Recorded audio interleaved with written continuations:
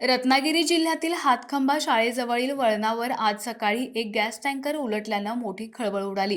टँकरमधून गॅसची गळती सुरू झाल्यानं परिसरात भीतीचे वातावरण पसरले होते। प्रशासनानं तातडीनं कार्यवाही करत परिसरातील नागरिकांना सुरक्षित ठिकाणी स्थलांतरित केलं। घटनेची माहिती मिळताच रत्नागिरी जिल्ह्याचे जिल्हाधिकारी एम देवेंद्र सिंग, पोलीस अधीक्षक नितीन बगाटे आणि प्रांत अधिकारी जीवन देसाई यांनी तात्काळ घटनास्थळी धाव घेतली। सध्या टँकरमधील गळती नियंत्रणात आली असून परिस्थिती आटोक्यात असल्याचं जिल्हा पोलीस अधीक्षक नितीन बगाटे यांनी सांगितलं। वाहतुकीसाठी पर्यायी मार्गांची सोय करण्यात आली आहे। हातखंबा ते लांजा मार्गासाठी कुवारबाव मार्ग खुला करण्यात आला असून कोल्हापूरकडे जाणारी वाहतूक बावनदी मार्गे वळवण्यात येत आहे। दरम्यान हातखंबा पाली मार्ग वाहतुकीसाठी पूर्णतः बंद करण्यात आला आहे।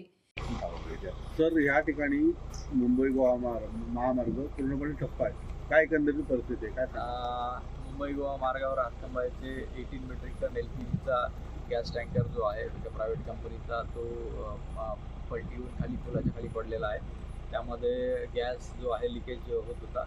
तर MIDCची टीम, जिल्हा प्रशासन, जिल्हा पोलीस दल यांनी योग्य रीतीने परिस्थिती हाताळून जी MIDCची रेस्क्यू टीम आहे त्यांनी तात्पुरता तो गॅस टँकरचं लिकेज ते बंद करण्यात आलेला आहे आणि ERV व्हेकल जी आहे रेस्क्यू ती येणार आहे। त्याच्यानंतर तो गॅस त्याच्यात ट्रान्सफर करण्यात येईल। तोपर्यंत जिल्हा पोलीस दलाने दोन्ही बाजूची ट्रॅफिक आम्ही डायव्हर्ट केलेली आहे। MIDC ची टीम सध्या घटनास्थळी उपस्थित आहे।